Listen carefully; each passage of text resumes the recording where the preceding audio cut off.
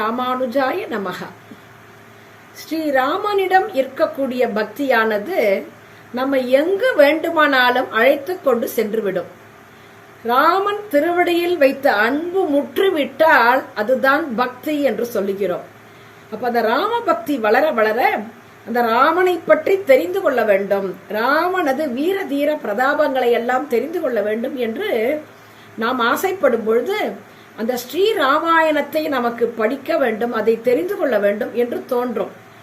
இது மேல மேல இந்த ஸ்ரீராமாயணத்தை படிக்கும் பொழுது ஒரு தடவை படிக்கச்சே இருக்கக்கூடிய நமக்கு அதில் உள்ள விசேஷங்கள், அர்த்த விசேஷங்கள் எல்லாம் அடுத்த முறை படிக்கும் பொழுது வேறு விதமாக தோணும். ஏன்னா இந்த படியில இறைச்ச மேல மேல ஏறுறோம் இல்லையா, அதை போலத்தான் இந்த ராமாயணம் படிக்கும் பொழுது முதல் தடவை படிக்கச்சே அந்த ராம சரிதத்தை நாம் தெரிந்து கொள்கிறோம் என்பது போல்தான் நமக்கு இருக்கும். ஆனா கடல்ல இறங்கச்ச கீழே ஆழத்துல போக போக அதுல எவ்வளவு ரத்னங்கள்லாம் விலை மதிக்க முடியாததா இருக்கு இல்லையா, அத போல ராமனது பிரதாபங்கள் எல்லாம், அவனது கல்யாண குணங்கள், அவனது மேன்மை புகழ், அப்படி இருக்கக்கூடிய வஸ்துக்கெல்லாம் அந்த ராமாயணத்துல அடங்கி இருக்கு.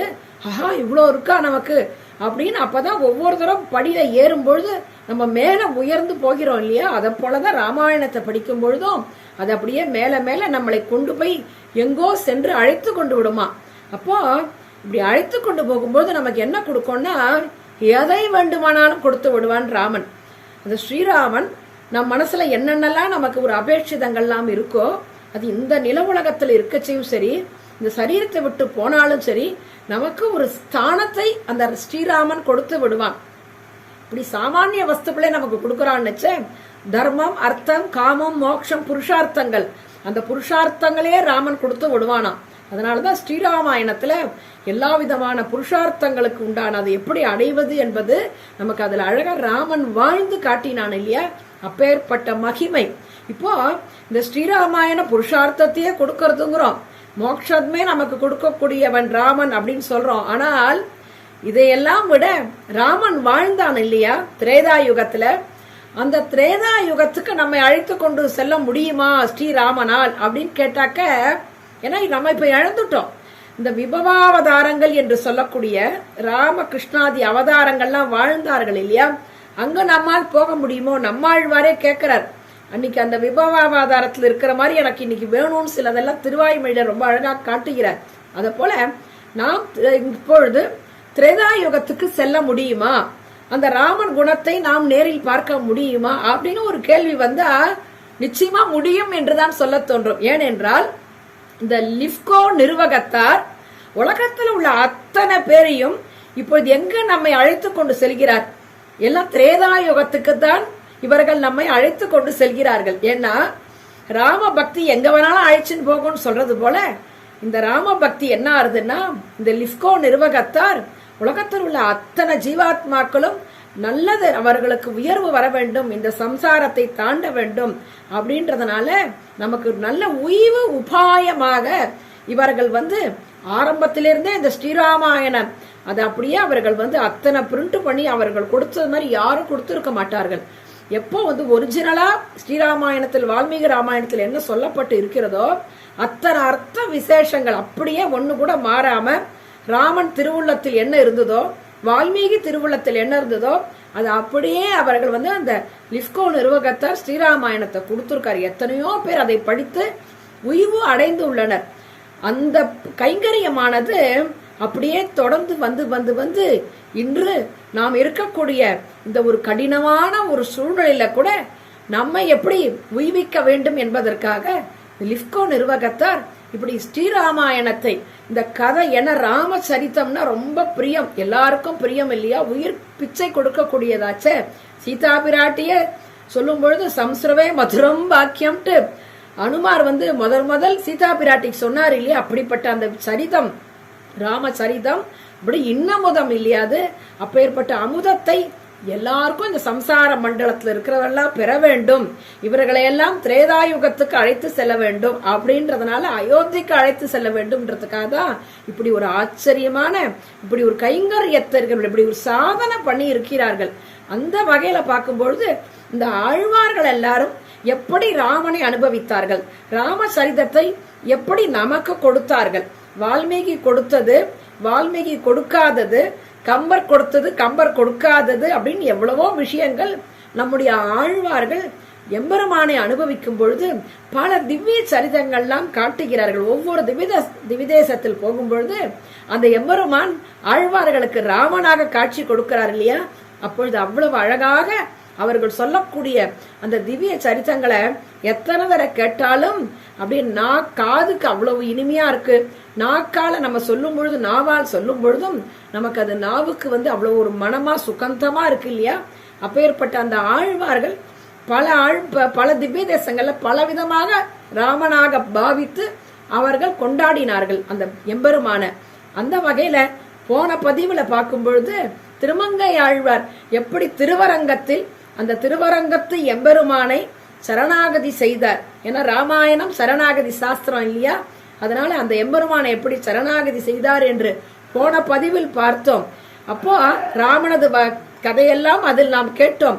இப்போ இங்க பார்க்க போனா ஆழ்வார்கள்லயே யாருக்கு ரொம்ப ராமன் மேல அவ்வளவு பிரியம் அப்படின்னு பார்த்தாக்க கேரள தேசம் என்று சொல்கிறோம் இல்லையா? கொல்லி நகர் சொல்ற மாதிரி அந்த திருவஞ்சிக்களம், அந்த திருவஞ்சிக்களத்தில் மாசி புனர்பூசம் தான் அடுத்த மாசம் வந்துட போறது. மாசி புனர்பூசத்தில் திரு அவதாரம் செய்த குலசேகர ஆழ்வார் தான். எப்படி பெரிய ஆழ்வார் யசோதை பாவனையில் கண்ணனை அனுபவித்தாரோ அதை போலவே குலசேகர ஆழ்வாரும் அந்த ராமனை அப்படி அனுபவிப்பாராம். அவருக்கு எங்கும் எதிலும் ராமன் தான் காட்சி தருவானாம். அவர் அரச அவையில இருந்தா கூட அவருக்கு நித்தியம் இந்த எம்பெருமானுக்கு தொண்டு செய்ய வேண்டும், அந்த ராமனுக்கு கைங்கரியம் பண்ணணும், ஆராதனை பண்ணணும்ட்டு அவ்வளவு அடியார்கள் அங்க எப்பவுமே அங்க இருந்துட்டே இருப்பாளாம். அதே போல கதாசிரவணம் கேட்காம ஒரு நாள் கூட குலசேகர ஆழ்வார் இருக்க மாட்டாராம். அவருக்கு ராவணது கதையில் தான் அவருக்கு தாரக போஷக போக்கியம், உண்ணும் சோறு பருகும் நீர் தின்னும் பற்றில எல்லாம் ஸ்ரீராமாயணம் தான் அவருக்கு. அப்படி இருக்கும் பொழுது ஒரு சின்ன உதாரணம், அவர் எப்படி ராம பக்தியில திளைத்தவர், அதில் மூழ்கியவர் என்பதற்கு நித்தியமே அங்க காலக்ஷேபம் நடக்கும். அப்படி காலக்ஷேபம் நடக்கும்போது ஒரு நாள் என்ன ஆச்சா, ராமரை பத்தி அப்படி ஒரு பாலகாண்டத்திலேருந்து இப்படி சொல்லிட்டு வருவா இல்லையா? அப்படி சொல்லிட்டு வரும்பொழுது குலசேகர ஆழ்வார் குலசேகரன் உட்காந்து அப்படி கேட்டுக்கொண்டு இருக்கிறார். மற்ற பாகவதோத்தமர்களும் இருந்து கேட்டுக்கொண்டு இருக்கிறார்கள். அப்பொழுது கரதூஷண வதம் அந்த படலம் வருது. வரைச்ச அந்த காலக்ஷேபம் பண்றவர் என்ன பண்ணிருக்கார், இவரோட ராம பக்தி தெரியுமே தவிர இவரது எந்த அளவுக்கு எல்லை மீறிய ராம பக்தின்றது அவருக்கு தெரியாது. அப்ப என்ன பண்ணிட்டார், ராமன் ஒத்தனா இருந்துட்டு அந்த கரதூஷண வதத்துக்கு அவ்வளவு கஷ்டப்பட்டு போயிட்டானே, ஜகார ராவணகா சீதாம்புதகா கே ரோஹிணி இவெண்ட். அதற்கு பிறகும் அப்ப சீத்தைய ராவணன் அழிச்சின் போனான்ற ஒரு கதை, அதுவும் ஒரு சரிதம் சொல்லுவார்கள். இப்படி இருக்கும் பொழுது சதுர்த்தச சகசிராணி ரக்ஷசா பீமகர்மனா ஏகாச்ச ராமோ தர்மாத்மா கதம் யுத்தம் பவிஷ்யத்தின்ட்டு தனியா நின்று இப்படி இவன் சண்டை போடுகிறானே அப்படின்னு சொன்ன உடனே குலசேகர ஆழ்வாருக்கு திக்குன்னு ஆச்சான். ஆஹா, இப்படி ஒரு அமக்களம் நடக்கிறதே, நம்ம இங்க உட்கார்ந்துட்டு ஸ்ரீராமாயணத்தை கேட்டுக்கொண்டிருக்கோமே அப்படின்னு நினைச்சுட்டு இவர் என்ன பண்ணிட்டாராம், எல்லா சேனையும் திரட்டிண்டு ராமன் தனியா காட்டுல அங்க கரதூஷனுக்கு 16,000 ராட்சசர்கள் இருக்கா, அவளெல்லாம் எப்படி ஒத்தனா இருந்துட்டு சம்ஹாரம் பண்ண முடியும், யாருமே சேனைகள் இல்லையா, நான் போறேன் அப்படின்ட்டு எல்லா சேனைகளையும் வாங்கோன்னு சொல்லி எல்லாரையும் கிளப்பி விட்டாராம் ஆழ்வார். டக்குனு சாதுரியமா அந்த காலக்ஷேபம் பண்றவர் கொஞ்சம் நல்ல சாதுரியம் போல இருக்கு. உடனே அவர் என்ன பண்ணிருக்கார், இவருக்கு இவ்வளவு தூரத்துக்கு இந்த ராமன் கிட்ட பக்தியா, தன்னை மறந்த நிலை, அதாவது ரொம்ப அன்பு முற்றி விட்டுதுன்னா அது எப்படின்னு சொல்ல முடியாது, அதுக்கு எல்லையே கிடையாது அதுக்கு. அப்ப தன்னை மறந்த நிலையில அவர் ராமன் மீது அன்பு இருக்கார். அப்ப இவர்கிட்ட எப்படி சொல்லி இவரை சமாதானப்படுத்துறதுன்றதுனால உடனே என்ன பண்ணிட்டாரா, கவலைப்பட வேண்டாம், எல்லாரையும் வென்றி கொண்டு சீத்தை ஆலிங்கனம் பண்ணிவிட்டான். தம் திருஷ்டுவா சத்ருஹந்தாரம் மகர்ஷீனாம் சுகாவகம் பபுவஹிருஷ்டா வைதேகி பர்த்தாரம் பரிஷத்வஜேன்ட்டு அந்த ஸ்லோகத்தை சொல்லிட்டாராம். எல்லாரையும் ஒத்தரை கூட பாக்கியில எல்லாரையும் வதம் பண்ணிட்டான் ராமன் தனியாவே நின்று. இப்ப அவனுக்கு எந்த கவலையும் இல்ல, அந்த வீரத்தோட ரத்தம் சொட்ட சொட்ட வரான். அதை பார்த்து ஜானகி ஆலிங்கனம் பண்ணிட்டா, பபுவஹிருஷ்டா வைதேகி பர்த்தாரம் பரிஷஸ்வஜே அப்படின்னு சொன்ன உடனே அப்பாடா ரொம்ப ராமனுக்கு எந்த ஆபத்தும் இல்லையே அப்படின்னு இருந்தாராம். அப்படிப்பட்ட ஒரு ராம பக்தியில தெளிச்சவர் அவர். ஸ்ரீரங்கத்துல ரங்கநாதனுக்கு கைங்கரியம் பண்ணிட்டு இருந்தார் இல்லையா, அப்ப பண்ணிட்டு இருக்க கருமணியை கோமலத்தைன்ட்டு அந்த எம்பெருமான் அப்படி அனுபவிச்சுட்டு இருக்கச்ச திடீர்னு என்ன பண்ணாராம் எம்பெருமான், திருக்கணபுரத்துக்கு என்னை சேவி இங்க கைங்கரியம் பண்ணுன்ட்டு ஆழ்வார கூப்பிட்டானாம். அப்போ திருவரங்கத்திலிருந்து அதுக்கப்புறம் அவர் திருக்கண்ணபுரத்துக்கு போறார். திருக்கண்ணபுரத்துல சௌரி பெருமாள் இருக்கார். அந்த பெருமாளை பார்த்தா இவருக்கு என்ன தோணித்தான், ராமனா தோணித்தான். அதுக்கு மேல குழந்தை ராமனா தோணித்தான். ராமன் அப்பதான் பிறந்திருக்கார். ஆஹா, உடனே கௌசல்ய பாவம் வந்துடுத்தவருக்கு. நம்ம இப்ப இவருக்கு ஒரு தாலாட்டு பாடலாம். ஏன்னா அன்னைக்கு கௌசல்யை தாலாட்டு எப்படி பாடினாலோ நாம பாட வேண்டும் அப்படின்னு நினைச்சுட்டு அந்த ராமனை தொட்டில்ல போட்டு அப்படியே அயோத்தியில இருக்கிற மாதிரி இருந்து நம்மையும் அங்க அழைத்து கொண்டு சென்று விடுகிறார் ஆழ்வார், குலசேகர் ஆழ்வார். அவ்வளவு ராம பக்தி. மண்ணு புகழ் கௌசலை தன் மணி வயிறு வாய்த்தவனே, மண்ணு புகழ் கௌசலை தன் மணி வயிறு வாய்த்தவனே, தென்னிலங்கை கோன்மூடிகள் சிந்துவித்தாக செம்பொன் சேர் கண்ணி நன்மா மதில் பூடை சூழ் கணபுரத்தில் கருமணியே, கண்ணி நன்மா மதில் பூடை சூழ் கணபுரத்தில் கருமணியே, என்னுடைய இன்னமுதே இராகவனே தாலேலோ, கண்ணி நன்மா மதில் பூட்டை சூழ் கணபுரத்தில் கருமணியே, என்னுடைய இன்னமுதே இராகவனே தாலேலோ. அப்படியே பாக்குறார் பெருமாளை குலசேகர ஆழ்வார். உடனே அவருக்கு தாலாட்டு தொட்டில் கட்டணம். தாலாட்டுன்னா தாள், தாள் அப்படின்னா நாக்க அசைக்கிறதுக்கு பேர் தாள். பல பிள்ளை தமிழ் இருக்கு, 70க்கும் மேற்பட்ட பிள்ளை தமிழ். அந்த பிள்ளை தமிழ்ல இந்த குழந்தை பருவம், ஒவ்வொரு பருவத்திலையும் அந்த பிள்ளை தமிழ்ல சொல்லுவார். ஒவ்வொரு பருவத்துக்கும் ஒரு பேர் உண்டு. அந்த செங்கீரை பருவம், அம்புலி பருவம், சப்பானி பருவம், இப்படிலாம் சொல்ற மாதிரி ஒரு 7-8 மாசத்துல தாலாட்டு, தாள் நாக்க அசைச்சு அசைச்சு பாடுறதாம். அப்போ அந்த குழந்தையோட ஒரு ஆரோக்கியத்துக்கு அவ்வளவு நல்லதான் அது. அதனால அந்த தாலாட்டு என்பதை ஆழ்வார் அங்க பாடுகிறார். மண்ணு புகழ் கௌசலை தன்றார். மண்ணுன்னா நிலைத்து நிற்கக்கூடியதான். மண்ணு பெரும்புகழ் மாதவன் சொல்றா இல்லையா, மாயனை மண்ணு வடமதுரைட்டு அந்த புகழ் என்னைக்கும் நிலைத்து நிற்குமா. ஏன்னா மண்ணு புகழ் கௌசலை தன் மணி வயிறு வாய்த்தவனே அப்படிங்கிறா. முதல்ல இந்த இடத்துல அந்த எம்பெருமான் எப்படி அவதாரம் பண்ணான், ராமன் சக்கரவர்த்தி திருமகன் எப்படி கௌசல்யா என்னன்னா கௌசல்யானந்த வர்தனம்ட்டு அந்த கௌசல்யக்கு ஆனந்தத்தை கொடுப்பவனா ராமபிரான்.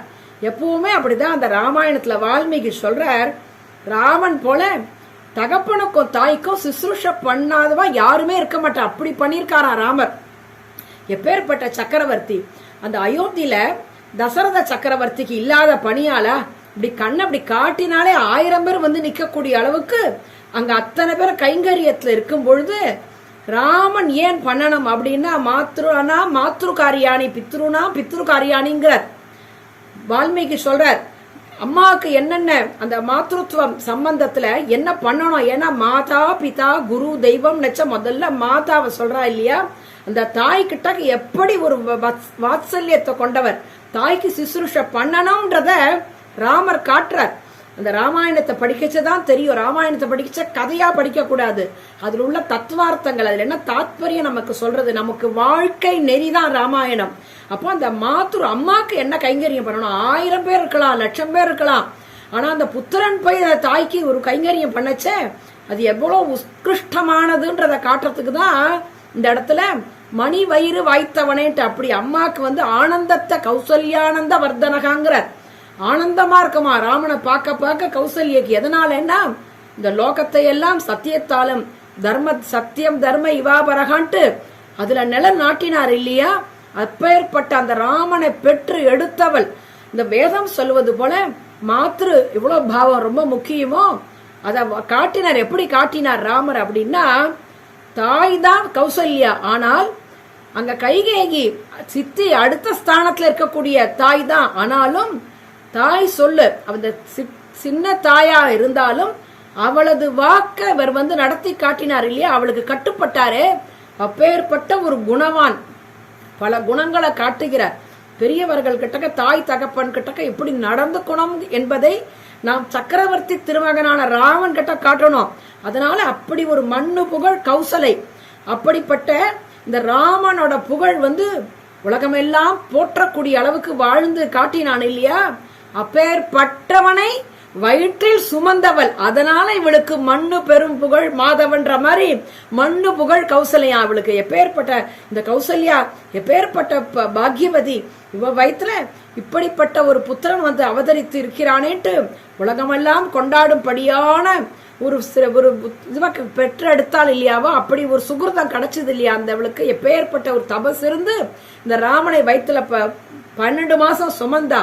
அதனால மண்ணு புகழ் கௌசலைதன் மணி வயிறு வாய்த்தவனின் முதல்ல அப்படி தாய்க்கு அப்படி கொடுக்குறார். அதனாலதான் கௌசல்யா சுப்ரஜா ராம பூர்வா சந்தியா பிரவர்த்ததேன்னு விஸ்வாமித்திர கௌசல்யா சுப்ரஜாங்கிறார். அந்த இடத்துல சுப்ரஜா ராம அப்படின்னு தான் சொல்றாரு. ஏன்னா அப்படி கௌசல்யை அவ்வளவு ஒரு பாக்யவதியா. இவனை பெற்ற எடுத்த திருவயிறு உடையவள் இல்லையா. அது மட்டும் இல்லாம தகப்பன் 1000 யோசனை பண்ணா. ராமன் அகம் வேத்வி மகாத்மானம் ராமம் சத்திய பராக்கிரமம்ட்டு அந்த ராமனை காட்டுக்கு தாடகவனத்துக்கு அழிச்சின்னு போனோம் அப்படின்னு தகப்பன் அவ்வளவு யோசனை பண்ணா.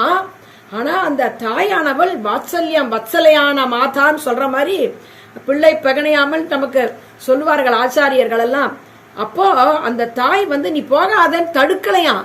விஸ்வாமித்திரரோட ராமன் போகணும்னு அவ தடுக்காம இருந்தாளே. அதனால அவருக்கு சந்தோஷம் தாங்கலையா விஸ்வாமித்திரருக்கு. அதனால சுப்ரஜா லோகத்துக்காக அவன் லோக சிருஷ்டி பண்ணாலும் லோகத்தில் வசிக்கக்கூடிய ஜீவாத்மாக்களுக்கு சுகிருதத்தை உண்டு பண்ணக்கூடியவதற்காகத்தான் அவனது திரு அவதாரம் இருந்தது இல்லையா. அதனால அப்படிப்பட்டவனை பெற்று எடுத்தவள் அந்த சுகிருதம் அந்த கௌசல்யக்கு கிடைச்சதே. அதனால கௌசல்யா சுப்ரஜாங்கிறார். அதைத்தான் இங்கேயும் ஆழ்வார் நமக்கு மண்ணு புகழ்ன்றார். அந்த புகழ் இன்னும் நிலைத்து நிக்கிறதே. அதனால மணிவயிறு வாய்த்தவனே தென்னிலங்கை கோன்முடிகள் சிந்துவித்தாய் செம்பொன் சேர் கண்ணினன்மா மதில் புடை சொல் கடபுரத்தன் கருமணியே என்னுடைய இன்னமுது. அப்படிப்பட்டவன் அந்த ராவண சம்ஹாரம் எல்லாம் செய்து எப்படி பண்ணான். அந்த 10 தலையும் உருண்டு ஓடும்படி அந்த ராமன் அத்தனை ராவணேஸ்வரனையும் அந்த ராஜ்யதானியை எப்படி அழித்தானே. அப்ப அந்த அந்த எம்பெருமான் தான் கண்ணினன்மா மதில் புடைசூழ் கணபுரத்தன் கருமணின்ட்டு அவ்வளவு அழகாக மதில்களை கொண்டு இந்த திரு கண்ணபுரம் என்று சொல்லக்கூடிய சௌரிராஜ பெருமாள் எழுந்தருளி இருக்கக்கூடிய அந்த திவ்ய தேசத்தில் எழுந்து அருள்பவனே என்னுடைய இன்னமுதேங்கிற. சமுத்திரத்திலேருந்து அமுதம் பெறப்பட்டது. ஆனா அது உப்புச்சாறு. தேவர்களுக்கு கிடைத்த அமுதமானது உப்புச்சாரது. அது மட்டும் இல்லாம அந்த உப்புச்சாறு ஒரு பிரயோஜனாந்தபரருக்காக பெறப்பட்டது. ஒரு காரியத்தை உத்தேசம் பண்ணி அந்த அமிர்தத்தை அவர்கள் இந்த எம்பெருமானை பயன்படுத்தி கொண்டு பெற்று கொண்டார்கள்.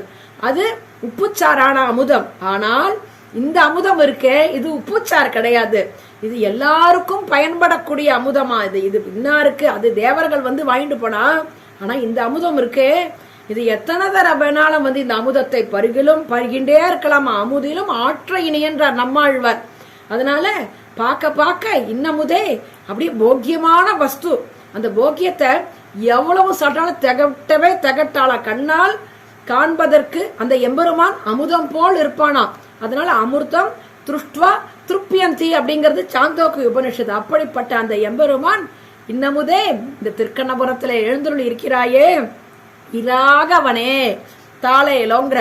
ஏன்னா இந்த ரகு வம்சத்துல இவன் வந்தான் இல்லையா, இஷ்வாகு வம்சத்துல வரைச்ச இஷ்வாகு வம்ச பிரபவோ ராமோ நாம ஜனை ஸ்ருதஹா அப்படின்ட்டு அந்த இஷ்வாகு வம்சத்துல ஒவ்வொரு அரசர்களா வரைச்ச ரகு ரகு குல திலகன். எப்படி அவன் எது குல திலகன் கண்ணனோ அது மாதிரி ரகு குலத்துக்கு திலகமாய் இருப்பவன் இல்லையா, அதனால் ராகவன் அப்படின்ற ஒரு திருநாமம். அப்படிப்பட்டவன் அந்த எம்பெருமான் இந்த திருக்கண்ணபுரத்தில் எழுந்தருளிக்கக்கூடிய எம்பெருமான் குலசேகர ஆழ்வாருக்கு அப்படி ராமனாக காட்சி தருகிறான். அந்த ராமனை பார்த்தவனே இவருக்கு முதல்ல பார்த்தவன அவன் அவதாரத்தை நினைக்கிறார், எப்படி அவன் பிறக்கிறான்னு நினைச்சு சந்தோஷப்படுகிறார் தொட்டில்ல போட்டு. அதற்கு பிறகு அவன் அவதார ரகசியத்தை அனுபவிக்கிறான். ஏன்னா அவதார ரகசியம் தேவர்கள் எல்லாரும் போய் அங்க பிரார்த்திக்கிறா இல்லையா, மகாவிஷ்ணு குட்டக்கை எங்களால நல்ல காரியங்கள் பண்ண முடியல, யாக யஜ்யங்கள்லாம் உபத்திரவமா இருக்குன்னு பிரார்த்திச்சதுனால நானே வந்து பிறக்கிறேன்ட்டு அவதரிச்சான் இல்லையா. அதனால அதுக்கப்புறம் தென்னிலங்கை கோன்முடிகள் சிந்துவித்தான்ட்டு அப்படி அவனுக்கு இருக்கக்கூடிய தூள் தூள அப்படியே தகர்த்துட்டானா ராமர் அப்படின்ட்டு அவனோட அவதார ரகசியத்தை சொல்லிட்டு, அப்படிப்பட்டவன் இங்கு திருக்கண்ணபுரத்தில் எழுந்தருளி இருக்கிறான் என்று அவ்வளவு அழகாக இந்த பாசுரத்தில் குலசேகர ஆழ்வார் அனுபவிக்கிறார்.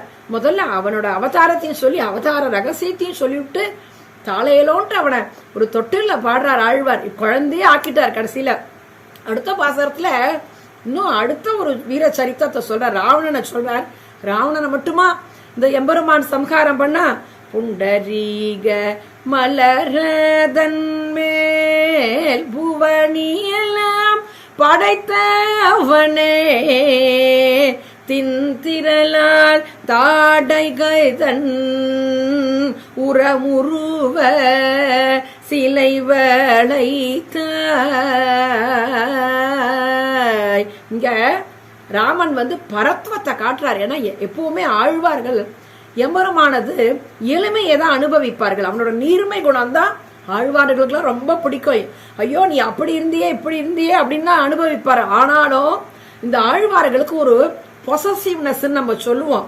அது என்ன பொசசிவ்? ஆஹா எப்பேற்பட்ட ஒரு மகாவிஷ்ணு, அவன் எப்பேற்பட்டவன், அவன் அம்மான் ஆழிப்பிரான், அவன் எவ்விடத்தான்ற மாதிரி அவன் அங்க பரமத்துல இருக்கக்கூடியவனாச்சே, இந்த லோகத்துக்கெல்லாம் காரணகர்த்தாவாச்ச, காரணத்துவ ரக்ஷத்துவ சேஷித்துவ சர்வாதாரத்துவ சர்வாதிகாரத்துவ சர்வ நியந்திரத்துவ இப்படி இருக்கக்கூடிய அந்த எம்பெருமான் லோகத்துக்கெல்லாம் ஜெகத் காரணம் இல்லையா.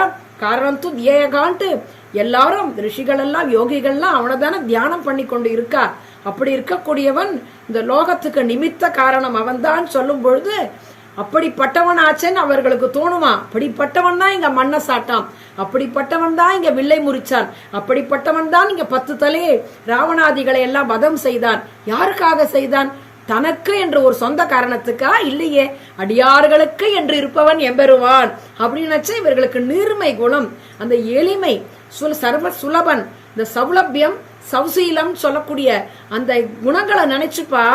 ஆனா ஆழ்வார்களுக்கு உடனே என்ன தோணும், இவன் சாமான்யமா இருப்பவன் வந்து இந்த காரியத்தை பண்ணல, எப்பேற்பட்டவன் அப்படின்னு அவனோட மேன்மை குணம் தோன்றிடுமா.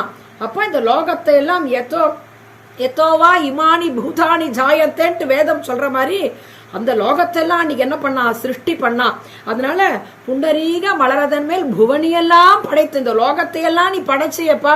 அப்படிப்பட்டவன் தான் தின்திரளால் தாடகைத்தன். அப்படிப்பட்டவன் ராமனாக அவதாரம் செய்து இங்க தாடகை அந்த வதம் பண்றதுக்கு வந்தையே அப்படின்ட்டு இவருக்கு வந்து என்ன ஒரு ஆச்சரியம், இதுல என்ன ஒரு விசேஷம்னா, முதல் வரியில என்ன சொல்றார், பகவான் ராமனை வந்து பரத்வத்துல ஈடுபடுறார். அவன் அது எப்பேற்பட்ட அங்க இருக்கக்கூடிய வைகுண்டத்துல இருக்கக்கூடியவன் சர்வஜன் சர்வசக்தன். அப்படி இருந்தாலும் அவன் அங்கிருந்தே இந்த தாடகை அங்கேருந்து ஒரு அம்ப போட்டாலோ அங்கேருந்து ஏதோ ஒரு காரியத்தை பண்ணாலோ ஒரு கதையை அடிச்சா கூட தாடகை அவனோட சங்கல்பத்தினாலே தாடகையை வடம் பண்ண முடியாதா? முடியும். அதனாலதான் முதல்ல பரத்வத்தை சொல்றார். ஆனால் ஏன் அடுத்தது அவனோட இந்த வீரதீர பிரதாபத்தை இங்க சொல்றார் அப்படின்னா, இந்த அடியார்களுக்கு என்றே அடியார்க்கே இருக்கக்கூடியவன் அவன் எம்பெருமான். அப்போ அடியார்கள் போய் எம்பெருமான்கிட்ட பிரார்த்திக்கிறா இல்லையா, அப்போ ராமனே சொல்றான், காட்டுக்கு வரும்பொழுது சீதை சொல்றா, இதெல்லாம் என்னத்துக்கு, நம்ம வனத்துக்கு வந்தோமா, நம்ம வேலையை பார்த்தோமா, நம்ம போனோமான்னு இருக்க வேண்டாமான்னு கேக்குறா. அப்ப சொல்றார், உன்னை விட்டாலும் விடுவேன், லக்ஷ்மணனை விட்டுட்டாலும் விடுவேன், நான் கொடுத்த வாக்க காப்பாத்தாம இருக்க மாட்டேன். அப்ப ஏகி பஷ்ய சரீரானின்ட்டு ராட்சசர்களால எங்களுக்கு எவ்வளவு காயங்கள், உடம்புல எவ்வளவு கட்டப்பட்டோன்ட்டு ரிஷிகள்லாம் ராமன் கிட்ட வந்து தன்னோட சரீரத்தை காட்டுறாளாம். அப்ப ராமன் சொல்றானா, ஐயோ நீங்க வந்து உங்க குறைய சொல்ற அளவுக்கு நான் நடந்து விட்டேனே, நானா உங்கள்கிட்ட வந்து என்ன உங்களுக்கு வேணும்னு கேட்கணுமே, நீங்க வந்து எங்கள்கிட்ட சொல்ற அளவுக்கு நான் இருந்துட்டேன், அதுவும் ஆவாம் என்று ஆராய்ந்துன்னா இல்லையா, எம்பெருமான் வந்து நம்ம கிட்ட என்ன வேணும்னு கேட்கறத விட்டுட்டு நாம போயிட்டோமான்ற மாதிரி ராமன் வருத்தப்பட்டானா. அத போல இந்த இடத்துல அடியார்களுக்கு நம்ம அனுகிரகம் பண்றதுக்குன்ட்டு அவன் கூட இருந்து செய்யணும்னு ஆசைப்படுறானா. அதனாலதான் அங்கிருந்தே இந்த துஷ்டர்கள் எல்லாம் சம்ஹாரம் பண்ணாம இங்க வந்து நம்முடன் இருந்து நமக்கு ஒரு கடாட்சத்தை கொடுத்து வாழ்ந்து காட்டி அனுஷ்டித்து காட்டி அதை செய்ய வேண்டும். அப்படி ஒரு தர்மத்தை ரட்சணை பண்ணணும், அப்படி ஒரு சத்தியத்தை காப்பாற்றணும்ன்றதுக்காக தான் அந்த எம்பெருமான் இங்க வரான் இல்லையா. அப்ப அடியார்கள்னா விஸ்வாமித்திரர் ஐஷின் போறாரு இல்லையா, அகம் வேத்மி மகாத்மானம் சொல்லி அந்த தாடகாவனத்துக்கு ஐஷின் போறார். அவளை நீ வந்து சம்ஹாரம் பண்ணணும், நாங்க பண்ற யாகத்துக்கெல்லாம் ரொம்ப கட்டத்தை கொடுக்குறாவோ, விஸ்வாமித்திரரோட ஒரு தபசாலையோ இல்ல விஸ்வாமித்திரர் மாதிரி இருக்கக்கூடிய பல ரிஷிகளாலேயோ முடியும், ஆனாலும் எம்பெருமான் தான் செய்யணும்ட்டு எம்பெருமான் பேர்ல பாரத்தை போட்டார் இல்லையா. அதனாலதானே அவருக்கு வந்து அந்த ஒரு பிரம்ம ரிஷிக்கு முன்னாடி இருந்த மாமுனின்ட்டு சொல்றார் ஆழ்வா. அது மாதிரி ஏன் மாமுனின்னா பாரத பகவான் கிட்ட போட்டுட்டாரா, அதுக்கு முன்னாடி அந்த பாரதந்திரியம், அந்த சுவாதந்திரியம், பாரதந்திரியம் இல்லாம சுவாதந்திரியத்துல இருந்தாராம். ஆனா பகவான்கிட்ட வந்த உடனே அந்த சுவாதந்திரியம் அடங்கி இந்த பாரதந்திரியத்துல நீதான் பண்ணணும்னு பிரார்த்திக்கிறார் இல்லையா. அதற்காக அடியார்கள் இட்ட வழக்காக இருக்க வேண்டும் என்பதற்காக இருக்கிறதுக்காக தான் தின்திழால் தாடகை தண்டு உரமுருவ சிலவளை தாண்டி இங்க ஆழ்வார் சொல்றார். ஏன்னா இந்த தாடகா வனத்துக்கு போகச்ச விஸ்வாமித்திரர் கிட்டக்க ராமர் கேட்கிறார், என்ன கதை எதுன்னு கேட்கிறார். ஏன்னா பானவன வந்துட்டார், ஏன் என்னெல்லாம் கேட்கல. இந்த காலத்துல நாம எங்கேயாவது ஒருத்தர் யாராவது அழிச்சுன்னு போனா என்ன விஷயம், எதுக்கு கூப்பிடுறீங்கோ, அங்க போய் என்ன பண்ணணும், நம்ம 1000 கேள்வி கேட்போம் பெரியவா கிட்டக்க. ஆனா அந்த காலத்துல ஒரு குரு ஆச்சாரிய ஸ்தானத்துல இருப்பவர் இல்ல தகப்பன்னா இருந்தா கூட ராமர் இந்த ராமாயணத்துல ஏன் என்னன்ட்டு ராமன் ஒரு வார்த்தை தகப்பனையும் கேட்கல, விஸ்வாமித்திரையும் கேட்கல. அங்க பேசப்பட்ட 2 பேர் யாருன்னா, இதெல்லாம் தான் நாம் நுணுக்கமான விஷயமாக இந்த ஸ்ரீராமாயணத்துல தெரிஞ்சுக்கணும். எப்பேற்பட்டவன் ராமன். ஆனா நடுவுல குறுக்கிட்டு என்ன பேசிட்டு இருக்கீங்கோ, என்னை பத்தி ஏதோ சொல்றேல, என்ன விஷயம், இப்படிலாம் ஏதாவது கேட்கறானா, எதுவும் கிடையாது. அங்க பேசப்பட்டவர்கள் யாருன்னா விஸ்வாமித்திரர், அந்த குல குருவாட்டம் இருக்கக்கூடியவர் இல்லையா, ஆச்சாரிய ஸ்தானத்துல இருப்பவர். விஸ்வாமித்திரரும் தசரதரும் பேசுறார். இவன் வந்து இந்த பொறுப்பு, அனுப்ப வேண்டிய பொறுப்பு தசரதருக்கு, அழைத்து கொண்டு செல்ல வேண்டிய பொறுப்பு விஸ்வாமித்திரருக்கு. அவளுக்குள்ளதான் இது நடக்கிறதே தவிர ராமன் கிட்டக்க வந்து இவ வந்து பேசின, ஆலோசனை பண்ணா, கலந்து பேசின பேச்சரவெல்லாம் வச்சுக்கல. இவரும் ஆச்சாரியன் கூப்பிட்டார், தகப்பனார் அனுச்சார், போறோம், அவ்வளவுதான். அப்படிப்பட்ட இந்த மாதிரி ஒரு சூக்ஷ்மமான விஷயங்களை நாம் தெரிஞ்சுக்கணும். அப்போ என்னன்னு தெரியல.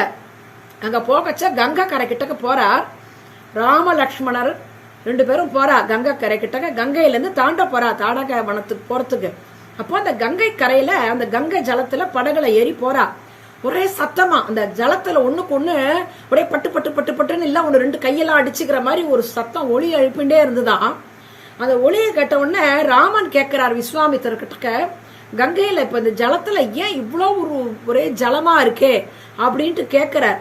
அப்போ அந்த சரையு நதி, ஏன்னா பிரம்மா வந்து இந்த மானசரோவர் மானசீகமா அங்க வந்து கைலாசத்துல அவர் வந்து குபேரன் இருக்கக்கூடிய இடத்துல மானசீகமான ஒரு அந்த இதை வந்து மானசரோவர், அந்த மானசரோவரை வந்து அவர் வந்து அங்க வந்து உண்டு பண்ணியிருக்கார்.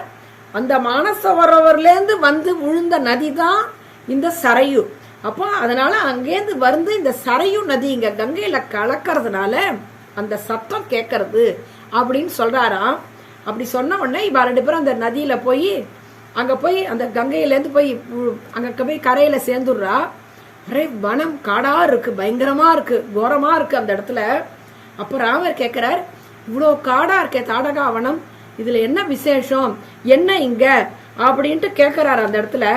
கேட்கச்ச அப்ப சொல்றாரா ராமர் சொல்றாரு அந்த இடத்துல, ராமருக்கு அங்க விஸ்வாமித்திரர் வந்து அந்த இடத்துல அங்க என்ன விசேஷம்ங்கிறத சொல்றார். தாடகா வனத்துல சுகேத்துன்னு ஒரு யக்ஷன் இருந்தானா. அந்த யக்ஷனோட பொண்ணுதான் தாடகை ஆகும். அந்த சுகேத்து என்ற யக்ஷனை வந்து இந்த தாடகையை வந்து சுந்தன் அப்படின்றவனுக்கு கல்யாணம் பண்ணி கொடுக்குறா. என்ன காரணம் அப்படின்னா, இந்த சுந்தன்றவன் வந்து இறந்து போயிட்டான் ஒரு சாபத்தினால. அதனால அவளுக்கு ரொம்ப கோபம் வந்துடுத்தான் இந்த தாடகைக்கு. அந்த கோபம் வந்து பழி வாங்கணும். ஏன்னா யாரால இந்த சாபம் வந்து ஏன் வந்து அந்த சுந்தன்றவன் இறந்துட்டான் அப்படின்னா, அகஸ்தியர் ஏதோ சாபம் கொடுத்துட்டாராம். அதனால அந்த அகஸ்தியர் சாபம் கொடுத்ததுனால தன்னோட புத்திரன் இருக்கான் இல்லையா மாரீச்சனும் இந்த தாடகை என்ன பண்ணாலாம், அந்த பழி வாங்கணும்ட்டு போயிருக்கா. போகச்ச ரொம்ப எல்லாரையும் துன்புறுத்தினாலாம். அப்போ அவர் சபிச்சாராம், இந்த மாதிரி நீங்க வந்து ராட்சசர்களா மாறி இந்த இருக்கணும்னு சபிச்சுட்டு வரான். அந்த சாபத்தினாலதான் அவ யார பார்த்தாலும் அடிச்சு நொறுக்கிண்டு இருக்கா அப்படின்னு சொல்றாராம். ஏன் இந்த இடத்துல இருக்கா அப்படின்னா, ஒரு தடவை இந்திரனுக்கு அவன் ஏதோ ஒரு தோஷம் வந்துடுத்தான், ஒரு பிரம்மகத்தி தோஷம் வந்துடுத்தான். அப்போ அவனுக்கு வந்து இந்த பசி அடங்கவே இல்லையா. அவனுமே ரொம்ப இந்த தோஷத்தினால பாடுபட்டானான், ரொம்ப கஷ்டப்பட்டான். அப்ப என்ன பண்ணாலாம், தேவர்கள் எல்லாரும் சேர்ந்து இந்திரனுக்கு நல்ல புனிதமான ஒரு ஜலத்தெல்லாம் கொண்டு வந்து அவனுக்கு நீராட்டி அவனுக்கு பல நல்ல ரட்சையான மந்திரங்கள் எல்லாம் சொல்லி அவனை பவித்திரமாக்கினாலாம். அப்ப இந்திரனுக்கு வந்த அந்த ஒரு தோஷங்கள், அந்த சாபங்கள் மாதிரி இருக்கக்கூடியதெல்லாம் போய் அவன் நன்னா ஆயிட்டானான். அப்போ எந்த இடத்துல அவன் நன்னா ஆனானோ அப்ப அவன் சொன்னானா, இப்ப எனக்கு இந்த இடத்துல எனக்கு இந்த இதெல்லாம் போயிடுத்து, என்னோட தோஷங்கள்லாம் போயிடுத்து, எனக்கு அந்த பிரம்மகத்தி தோஷம் இல்லாம நான் இப்ப நன்னா புனிதமா பவித்திரமா ஆயிட்டேன். அதனால நான் இருக்கக்கூடிய இந்த இடமானது நல்ல செழிப்பா இருக்கட்டும் அப்படின்ட்டு சொன்னானா. அப்படி செழிப்பா இருந்துதான். ஆனால் இந்த தாடகை வந்து என்ன பண்ணிவிட்டாலாம், இந்த சுகேத்து இந்த யக்ஷனோட பொண்ணு அவ வந்து என்ன பண்ணாலாம், அந்த வனத்தை எல்லாம் அப்படி அடிச்சு நொறுக்கி ஒரே வனமா ஆக்கிட்டாலாம். அதனாலதான் அவ்வளவு கோரமா இருந்துதான் அந்த வனமானது அப்படின்ட்டு விஸ்வாமித்திர ராமன்ட்ட சொல்லி அந்த தாடகைய வனத்துல அழிச்சுட்டு போய் அந்த தாடகையை பத்தி எல்லாம் சொல்லி அவள்கிட்ட இரக்கம் காட்டாத, ஒரு ஸ்திரீயா இருந்தா இரக்கம் காட்டுறதும் லோகத்தார் இயல்பு. ஆனால் இதற்கெல்லாம் பரவாயில்ல, ஏன்னா பல நல்ல காரியத்துக்கு கெடுக்கிறா அப்படின்னச்ச லோகக்ஷேமம் வரைச்ச சிலதெல்லாம் செய்யலான்ட்டு ஒரு சாஸ்திரம் விதிச்சிருக்கு. அதனால நீ இவளை எப்படி இருந்தாலும் இந்த அரக்கி மாதிரி ராட்சசி இல்லையா, அதனால இவளை நீ சம்ஹாரம் தான் செய்யணும்னு சொல்லி அதற்கு மேல அந்த கதை ராமாயணத்துல தாடகாவனத்துல அந்த ராமரும் லக்ஷ்மணனும் அவரை வந்து சம்ஹாரம் பண்றா. அப்புறம் அந்த யாகங்கள்லாம் நல்லபடியா நடக்கிறதுன்னு அது சொல்றது. ஏன்னா அப்படிப்பட்ட அந்த தாடகையை வதம் பண்றதுக்கு என்பதற்காக இந்த ராமபிரான் இங்க விஸ்வாமித்திர ஐஷன் வராரு இல்லையா, அதுதான் திரளாலாம். ஏன்னா அவ்வளவு ஒரு வலிமையா 100 யானை கொண்ட பலமா. ராமன் கேட்டாராம் விஸ்வாமித்திரர்கிட்ட, ஒரு ஸ்திரீ தானே இவோ, ஒரு அந்த யக்ஷனோட பொண்ணுவோ, யக்ஷன்னாலே பலம் இருக்கும், ஆனா 100 யானை கொண்ட பலம் இவளுக்கு எப்படி வந்தது அப்படின்றதுக்கு இந்த சாபத்தினால், அகஸ்தியரோட சாபத்தினால் அவளுக்கு அப்படி வந்ததுன்னு அந்த கதையை சொல்றார். அப்படிப்பட்டவர் தான் கண்டவர்தம் மனம் வழங்கும் கணபுரத்தல் கருமணியே என் திசையும் ஆளுடையாய் ராகவனே தலேலு. இப்படி அந்த பெருமாளை பாடுறார், தொட்டில தான் போட்டு பாடுறார் ஆழ்வார், குலசேகர ஆழ்வார் பாடுறார். ஆனாலும் பாடச்ச அவருக்கு என்ன தோன்றதுன்னாக்க, சாக்ஷாத் சௌரிராஜ பெருமாளா தோணாம எல்லாம் ராகவனே தாளையிலோன்ட்டு ரொம்ப அழகாக சொல்றார். அதே மாதிரி கொங்குமலி கருங்குழலாய் கௌசலைதன் குளமதலான்ட்டு அடுத்த ஒரு சரித்திரத்தை சொல்லிச்ச தங்கு பெரும் புகழ் ஜனகன் சொல்றார். ஜனகன் ஏன்னா ராமபிரான சொல்லும் பொழுது சீதையை சொல்லாம இருக்க முடியாது. அப்ப சீதையை சொன்னா ஜனகனை சொல்லணுமா. ஏன் ஜனகனை சொல்லணும்னா, இந்த இடத்துல தங்கு பெரும் புகழ் ஜனகன்றார். என்ன அவருக்கு அவ்வளவு புகழ் அப்படின்னு பார்த்தாக்க, ரொம்ப அவர் வந்து தர்மசீலர், அதே மாதிரி இந்திரியத்தெல்லாம் வென்றவர், ரொம்ப கர்மசீலர் சொல்லுவார். அப்பேற்பட்டவர் வந்து தசரதர் மாதிரி கிடையாதான். தசரதர் புத்திரகாமேஷ்டி யாகம் பண்ணார், அஸ்வமேத யாகம்லாம் பண்ணார். ஆனா ஜனகர் அப்படி கர்ம வீரன் சொல்லுவார். அத போல அவர் எதுவுமே என்னது யான் எனதுன்னு இல்லை, எல்லாமே அந்த அவர் யாகம் பண்ணா கூட அது பகவானுக்கு லோக ரட்சணத்துக்குன்னு பண்ணக்கூடியவர். அப்படிப்பட்ட இந்திரியத்தெல்லாம் ஜெயிச்சவராம். அவர் என்ன பண்ணுவாராம், அந்த ஜனகர் ரொம்ப சாஸ்திரோத்தமா எல்லா வேதாந்தங்கள்லாம் கற்று தெரிந்தவராம். ஒரு சமயம் அவர் யாக்கியவல்யர் அவருக்கு எல்லாம் சொல்லி கொடுக்கிறார். அவர் காலக்ஷேபத்தை எல்லாம் பண்ணும் பொழுது சில பேருக்கு அங்க இருப்பவர்களுக்கெல்லாம் இந்த செனக்கர் பேர்ல கொஞ்சம் பொறாம வந்துடுத்தான். ஏன்னா இவ்வளவு விஷயம் தெரிஞ்சு வச்சுட்டு இருக்காரு யாக்கியவல்யர், அவர்கிட்ட இவ்வளவு ஒரு அன்பா இருக்காரு. ஏன்னா ரொம்ப பற்று இல்லாத எல்லாத்தையும் துறந்தவர் இல்லையா ஜனகர், கர்ம வீரரா இருக்கக்கூடியவராச்சுன்ட்டு இவர்கிட்ட தனியா அன்பு வச்சிருந்தாராம். அதனால எல்லாருக்கும் கொஞ்சம் பொறாம வந்துருத்தான் சில பேருக்கெல்லாம். அதை மற்றவர்களுக்கெல்லாம் தெரியப்படுத்தணும். ஏன்னா ஜனகரோட ஒரு இது எப்படி, அவரோட தன்மை எப்படி, அவர் எப்படி தன்னோட இந்திரியத்தெல்லாம் கட்டுப்பாடாக வைத்திருக்கிறார் அப்படின்னு தெரிஞ்சிருக்கணும் இல்லையா. ஏன்னா எப்பேற்பட்ட குலத்துல வந்தவர் அவர். சீரத்வஜ ஜனகர் பேரு. ஜனகர்ன்றது அந்த குலத்துக்கு உண்டான ஒரு வம்ச பரம்பரையா இருக்கக்கூடிய பேரு. சீதா விராட்டின் தகப்பனார் பேரு சீரத்வஜ ஜனகர் பேரு. முதல்ல ஒரு ஜனகர் இருந்தார், அப்புறம் மிதிலை, அதனாலதான் மைதிலின்னு பேரு. அந்த இன்னொரு ஜனகர் மிதிலை நகரத்தையே அவரெல்லாம் மிதிலாவெல்லாம் நிர்மாணம் பண்ணாராம். அதனாலதான் அந்த பண்ணதுனாலதான் இவளுக்கு மைதிலின்னு பேரு. இந்த ஜனகர் பேர் சீரத்வஜ ஜனகர் பேரு. ஜனகானாம் குலே கீர்த்தியும் ஆகரிஷ்யதி மே சுதாங்கிறார் அவர். இந்த ஜனகரோட கீர்த்தி, ஜனக குலத்துக்கே கீர்த்தியை உண்டு பண்ண போக இருக்கக்கூடியவள் இந்த சீதா பிராட்டின்ட்டு சீதையோட விவாக சமயத்துல சொல்றார் அவர் ஜனகர். அப்படிப்பட்டவர் அந்த குலத்துக்கே சீதா பிராட்டியால பெருமை அப்படின்னு எப்பேற்பட்ட ஒரு சீதா பிராட்டி அவதாரம் பண்ணி இருக்கா அப்படின்னாலே அது ஒரு மேன்மை தானே. சாட்சாத் மகாலட்சுமி அவதாரம் இல்லையா. அதனால அவர் என்ன நினைப்பாராம், இந்த யாக்கியவல்யர் இந்த ஜனகர் எப்படிப்பட்டவன்றத மற்றவர்களுக்கு உணர்த்த வேணும்ட்டு ஒரு சிஷ்யன் 2-3 சிஷ்யனை கூப்பிட்டாராம். ஒரு நாள் காலக்ஷேபத்துக்கு முன்னாடி காதுல ஏதோ சொன்னாராம். சொன்ன உடனே சிஷ்யர்கள்லாம் போயிட்டா. அப்ப ஜனகர் போல இருக்கிற பல பேர் உட்கார்ந்துட்டு அந்த யாக்கியவல்யர் காலக்ஷேபம் பண்ணிச்ச எல்லாரும் பண்ணிட்டு இருக்கா.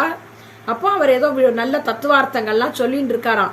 திடீர்னு 2-3 பேர் வந்தாலாம். வந்துட்டு நெருப்பு பத்தி மிதிலை நெருப்பு பற்றி எரியறது, மிதிலை நெருப்பு பத்தி எரியறது அப்படின்னாலாம். சொன்ன உடனே அங்க உட்காந்து காலக்ஷேபம் பண்ணிட்டவ அத்தனை பேரும் பறந்து போயிட்டாலாம். ஒத்தரை கூட அங்க இல்லையா, எல்லாரும் கிளம்பிட்டாலாம். ஏன்னா நெருப்பு பத்தி எரியறதே என்ன ஆபத்தோ, யாருக்கு ஆபத்தோ, ஏன்னா அவரவர்கள் வீடு வாசல்லாம் விட்டுட்டு வந்தீங்க காலக்ஷேபம் பண்ண உட்காந்துருக்கா இல்லையா. யார் வீடு நெருப்பு பத்தி எரியுறதோ, என்ன அங்க இருக்கக்கூடிய வஸ்துக்களுக்கு எல்லாம் என்ன மாதிரியான ஒரு கஷ்டம் வந்ததோன்னு நினைச்சுட்டு எல்லாரும் 12 ஓடிட்டாலாம். ஆனா அங்க யார் உட்கார்ந்தானா, யாக்கியவல்யர் உட்கார்ந்து இருந்தாராம், ஜனகர் உட்கார்ந்தாராம். மிதிலாயாம் பிரதீப்தாயாம் நமே கிஞ்சித் பிரதஹ்யதேனாராம். மிதிலையில என்னோடதுன்னு எதுவுமே இல்லையே, என்னோடதுன்னு இருந்தா தானே நான் ஓடணும், எல்லாம் பகவானோடது, அவனோடது, என்னோடது எது இருக்கு.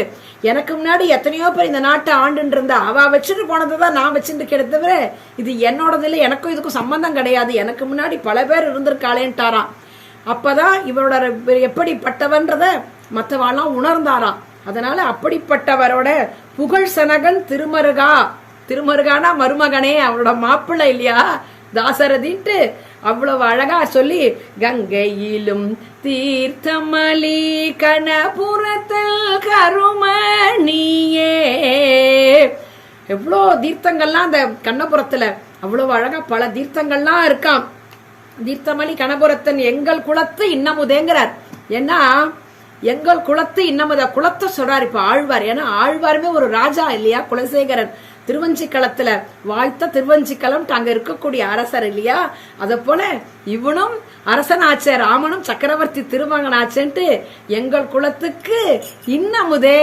ஏன்னா இன்னமுது அமுதத்தை காட்டிலும் இன்னமுது இன்னும் விசேஷமாக சொல்றார்.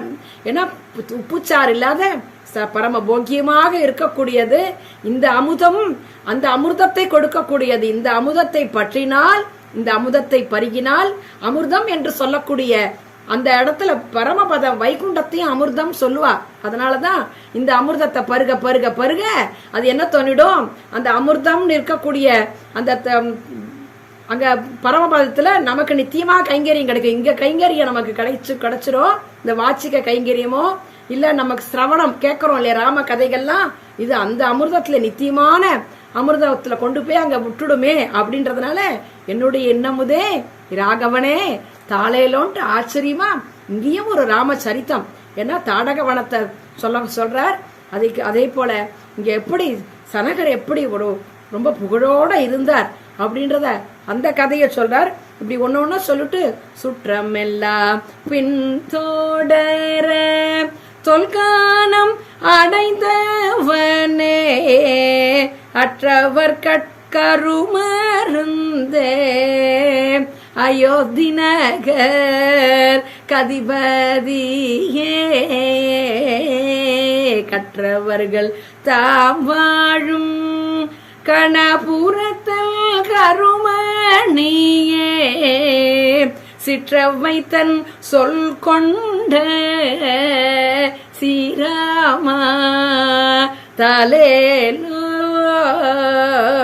சிற்றவை தன் சொல் கொண்ட ஸ்ரீராமா தலேலோ.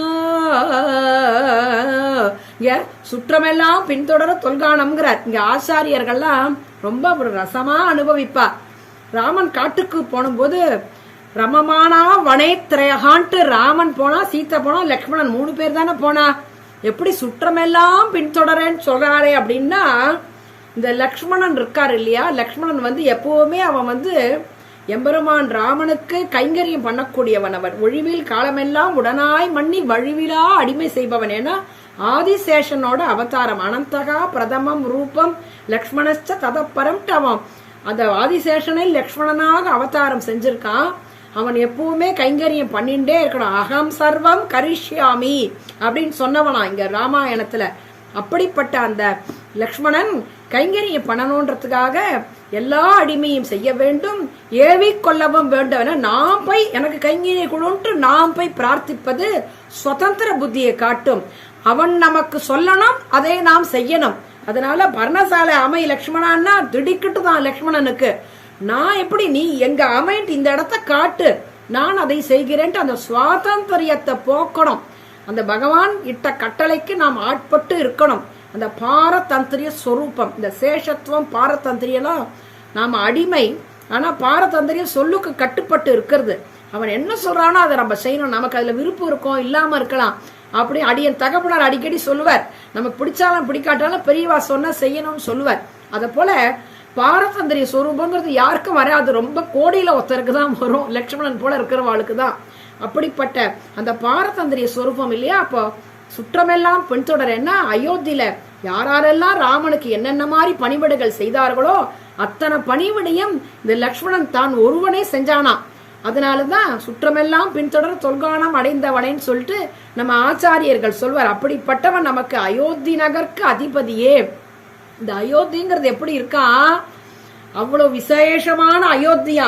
திருஷ்டம் சக்கியம் அயோத்தியாயாம் நா வித்வான் நச்சனாஸ்திகா. அங்க வித்வான் இல்லாத யாருமே இல்லையா, எல்லாரும் வித்வான்களா அயோத்தியில. மொத்தம் கூட படிப்பறிவு இல்லாதவன் கிடையாதான். அதே போல பொறாமை யாருக்குமே கிடையாதான். எல்லாருக்கும் எல்லா செல்வ வளம் இருக்கிறதுனால அந்த அயோத்தியில அப்படி எல்லாருக்கும் மனவளம், தனவளம், நீர்வளம், நிலவளம், எந்த பார்த்தினாலும் எல்லாம் சமுர்த்தி. ஏதாவது ஒண்ணு குறைஞ்சதுன்னே கிடையாது. அதனால அவரவர்கள் சமுர்த்திய செல்வ செழிப்போடு இருந்துதான். அது மாதிரி எல்லாரும் வித்வான்களா இருந்தாலாம். நாஸ்திகனே கிடையாதான், நாஸ்திக பேச்ச கிடையாதான். அங்க 12 யோசனை தூரம் நீளம், அதே போல 3 யோசனை தூரம் அகலமா. ஒரு யோசனை தூரம்னாக்க கிட்டத்தட்ட 9 மைல். அப்ப 12 × 9 மைல் கணக்கு பண்ணிக்கணும். இல்லைன்னா 15 கிலோமீட்டர் கிட்டத்தட்ட. ஒரு யோசனைன்றது 15 கிலோமீட்டர். அப்போ 12 யோசனை, 12 × கணக்கு பண்ணிக்க வேண்டியது. அவ்வளோ பெரிய ஊரா அந்த அயோத்திங்கிறது. அப்பேற்பட்ட அந்த அயோத்தி தான் அயோத்தி நகருக்கு அதிபதின்னு சொல்லிட்டு சிற்றவை தன்ட்டு தாயார் கைகேயியோட வார்த்தையை கேட்டு இவர் காணத்து போனார் இல்லையா, மாட்டேன்னு சொல்லலையே.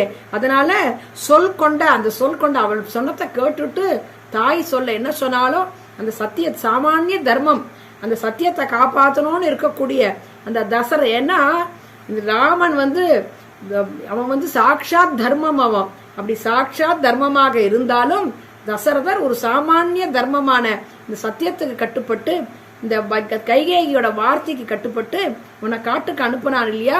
ராமோ விக்கிரகவான் தர்மகான், அவன் தர்மத்துக்கு தர்மமே உருவெடுத்து வந்தது போல இருக்கும்பொழுது அவனை விட்டுவிட்டு. ஆனாலும் தாய் சொல்லிட்டான்றதுனால அந்த வார்த்தையை கேட்டுட்டு போனார் இல்லையா, ஸ்ரீராமா தாளையிலோங்கிறார். இந்த இடத்துல எவ்வளவு அழகான இந்த பாசுரத்துல, இந்த 11 பாசுரத்துல இந்த ஸ்ரீராமான்னு சொல்றாரு இல்லையா. இந்த 6வது பாசுரத்துல ரொம்ப குலசேகர ஆழ்வார் கண்ணபுரத்துலதான் எம்பெருமான பாடுறார், ஆனா ஸ்ரீராமான்னு சொல்றார், தாளையிலோன்னு சொல்றார். ஏன்னா அதுல ரொம்ப முக்கியமானது இந்த ராமனை சொல்லும்போது ஸ்ரீராமன் தான் நம்ம சொல்லணும். ராமா ராமான்னு சொல்றத விட ஸ்ரீராமன், ஏன்னா பிராட்டியுடன் சேர்ந்ததுதான் மிதுன சேஷத்துவம் தான் நமக்கு. லக்ஷ்மியா சக ரிஷிகேசோ தேவியா காருண்ய ரூபினின்ற நமக்கு பிராட்டி இருந்தாதான் நமக்கு அருள். அதனால இவள் தன்னாலே காகம் தலை பெற்றது, அது இல்லாமையாலே ராவணன் போனா ஒழிந்தான் சொல்லுவார் நம்ம பிள்ளலோகாச்சார். பிராட்டி இருந்தாதான் நம்முடைய பாவங்களோ கர்மாக்களோ நமக்கு போறதுக்கு பரிந்துரை செய்பவள். அதற்காகத்தான் இந்த ராமனையும் பிராட்டியும் சேர்த்து வச்சார் விஸ்வாமித்திரர்.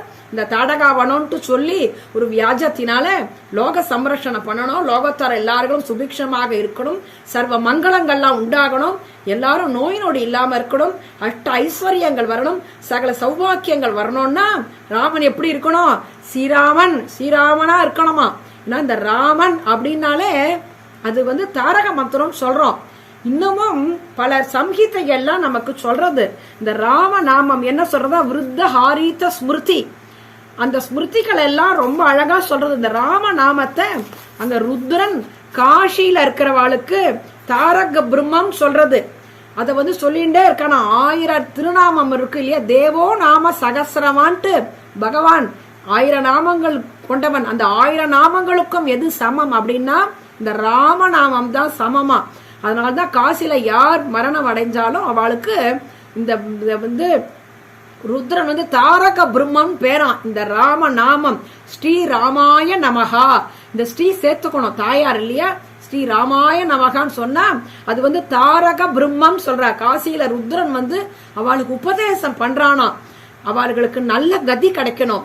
இங்க இருக்கேச்சுவா இந்த ஸ்ரீராமாய நமகான்னு நம்ம சொல்லச்சே நமக்கு இங்கேயும் நமக்கு எல்லா விதமான வளங்கள்லாம் நமக்கு கிடைக்கிறது.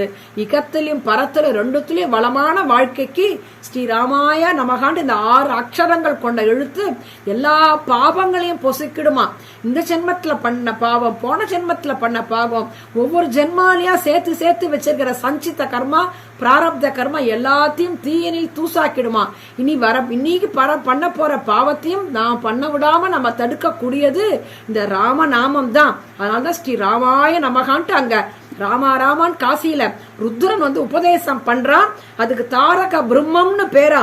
ஏன் அப்படின்னா இந்த ராமான்றதுல இந்த ரகாரம் இந்த ராமாங்கிறோம் இல்லையா, இந்த ரகாரம் சகல ஐஸ்வர்யத்தையும் கொடுக்கக்கூடியதான். மா என்றால் தவிர்க்க முடியாமல் அத்துடன் இருக்கிறதா. அதனால்தான் ரமா என்ற மகாலட்சுமி தாயார் பெரிய பிராட்டியார் இருக்கா இல்லையா, அந்த பெரிய பிராட்டியாரோட சேர்க்கை தான் இந்த ராமா. இந்த ராமாங்கிறது ரமா என்ற லட்சுமி சாட்சாத் மகாலட்சுமி சீதா பிராட்டி. அவதான் இந்த ரகாரம் என்ற சகல ஐஸ்வர்யனா வெறும் தனம் மட்டும் கிடையாது, நன்னா சாப்பிட்டாலும் ஐஸ்வர்யம் தான், நன்னா தூங்கினாலும் ஐஸ்வர்யம் தான், ஒருத்தருக்கு தானங்கள் பண்ணாலும் ஐஸ்வர்யங்கள் தான். அந்த பிக்ஷையும் ஆந்தனையும் கைகாட்டி அப்படி இருக்கக்கூடியது இல்லையா, அதெல்லாம் ஐஸ்வர்யங்கள். எல்லாமே லோகத்துல கைங்கரியம், எல்லாவற்றுக்கும் மேலாக கைங்கரியம், நீங்காத செல்வம், அதுவும் ஒரு ஐஸ்வர்யம். அப்பேற்பட்ட ஐஸ்வர்யத்தையே கொடுத்து விடுமா. அதனால அந்த இது ஒரு ராம அஸ்திரம் சொல்றா. ஸ்ரீ ராமாய நமகான்னு சொல்ற ராம அஸ்திரமா. சகல விதமான ஒரு நல்ல இதெல்லாம் நமக்கு அனுகிரகம் பண்ணக்கூடிய மந்திரம், நம்முடைய பாவத்தை போக்கக்கூடிய மந்திரம்ன்றதுனாலதான் இதுக்கு அவ்வளவு சிரேஷ்டம். இன்னைக்கும் பாருங்க, உலகம் ஃபுல்லா இந்த ராமநாமத்தை சொல்லி இந்த ராமான்னு இத்தனை பேர் ஜெய் ஸ்ரீராம் சொல்றதுக்கு காரணம் என்னன்னா அந்த மந்திரத்தோட பலன். இந்த ராமான்னு சொன்னாலே நம்ம ஏதோ பெருமாள் பேர் திருநாமத்தை சொல்றோன்றது கிடையாது. இதுக்குள்ள அத்தனை இந்த அக்ஷரங்கள், இந்த ரகாரம் மகாரம், இந்த அக்ஷரங்கள்ல அவ்வளவு விசேஷ அர்த்தங்கள் உள்ளுக்குள்ள பொதிஞ்சு இருக்குன்ட்டு விருத்த ஹாரித ஸ்மிருதிகள்லாம் சொல்றது நமக்கு. அதத்தான் இங்க ஸ்ரீராமா. ஏன்னா பிராட்டி இருக்கணும், பிராட்டி இருந்தால்தான் நம்மை கடை தேற்ற வேண்டும். ஏன்னா இது ராட்சசிகள் அவ்வளவு 10 மாசம் சீதா பிராட்டிய துன்புறுத்தும் பொழுது அனுமார் இவர்களெல்லாம் உன்னை 10 மாசம் உன்னை துன்புறுத்தினாலே உன்னை முட்டியில வச்சு பேக்கிறார். அனுமார் கேட்கிறார்.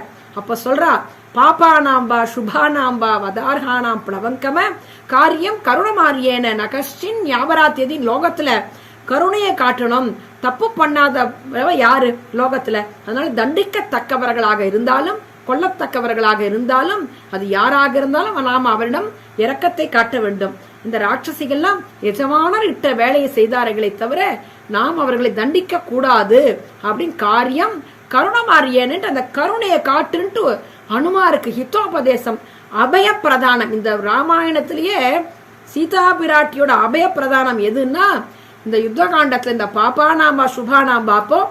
இந்த சீதா பிராட்டியாலதான் லோகத்துல அப்படி சுபிக்ஷம். சீதை ராமனோட சேர்ந்து இருந்தால்தான் நம் போன்ற ஜீவாத்மாக்களுக்கெல்லாம் ஒரு சுக்கிருத்தம். இல்லைன்னா நாம எத்தனையோ ஜென்மால பண்ணின பாவத்தையும் கர்மாவையும் வச்சுட்டு எதால நெருப்பு எதால எரிச்சல் நம்மளுக்கு தீரவே தீராது.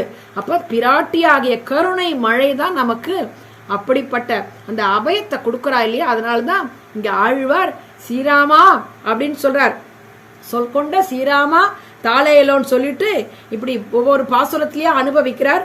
தேவரையும் அசுரரையும் திசைகளையோ படைத்தவனே. மறுபடியும் அவர் இவரோட காரியத்தை சொன்னாலும் இவருக்கு பரத்வத்தையும் சொல்லணும். உடனே என்ன பண்ணணும்? பரத்வத்தை சொன்னாலும் திருப்பி அவனோட சௌலபியத்தை சொல்லுவார். அப்படி சொல்லி இந்த ஆழ்வார் இந்த திருக்கண்ணபுரத்தில் இருக்கக்கூடிய அந்த சௌரிராஜ பெருமாளுக்கு இப்படியே 11 பாசுரங்கள்ல ராமனாக நினைத்து அன்னைக்கு எப்படி கௌசல்யை அந்த ராமனை அந்த தொட்டில்ல போட்டு ஆனந்தித்தாலோ, லோகத்தார் அயோத்தியில இருக்கிறவாள்லாம் எப்படி ஆனந்தம் அடைந்தார்களோ அத்தனை பேரோட ஆனந்தத்தையும் ஆழ்வார் ஒத்தராகவே இருந்து அயோத்தி வாழ் மக்கள் முழுக்க ஆனந்தம் அப்படியே அந்த ஆனந்தம் அப்படி திரண்டு எடுத்து கடைந்து எடுத்து குலசேகர ஆழ்வார் கண்ணபுரத்து எம்பெருமான் கிட்டக்க அவ்வளவு அழகாக அனுபவிக்கிறார். அப்போ கண்ணபுர எம்பெருமான் இவருக்கு ராமனாக காட்சி கொடுக்கிறார். அந்த சின்ன குழந்தை ராமனாக காட்சி கொடுக்கிறார். அப்படி குழந்தையா பாடினாலும் அவனுடைய எளிமையை பாடுகிறார். எளிமையை பாடினா ஐயோ எப்பேற்பட்டவன் எளிமையா இருக்கான்னு அவனோட பரத்வத்தை பாடுறார். அதற்கு மேல இந்த சீதா பிராட்டியோட சம்பந்தத்தினாலதான் லோகத்தாருக்கெல்லாம் உஜ்ஜீவனன்றதுனால அந்த சீத்தையும் சொல்லுகிறார். ஸ்ரீராமா ஸ்ரீராமான் 2 இடத்துல அவர் சொல்றார். சொல்லிட்டு இப்படி ரொம்ப அழகாக நம்ம எல்லாரையும் இந்த ராமனோட கதை அந்த கதாமிருத்தம் அதுல நம்மளை ஈடுபட வச்சு அந்த போக்கியத்தை நமக்கும் கொடுத்து, ஏன்னா ஏகஸ்வாதன புஞ்சிதாங்கிறது சாஸ்திரம், தான் ஒருவரே அனுபவிக்க கூடாதா? அதனால குலசேகர ஆழ்வார் நம்போன்றவர்களுக்கும் அந்த அமுதத்தை அள்ளி அள்ளி கொடுக்கிறார்.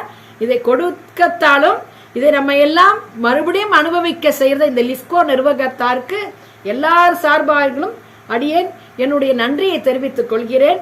ஸ்ரீராமாய நமஹா.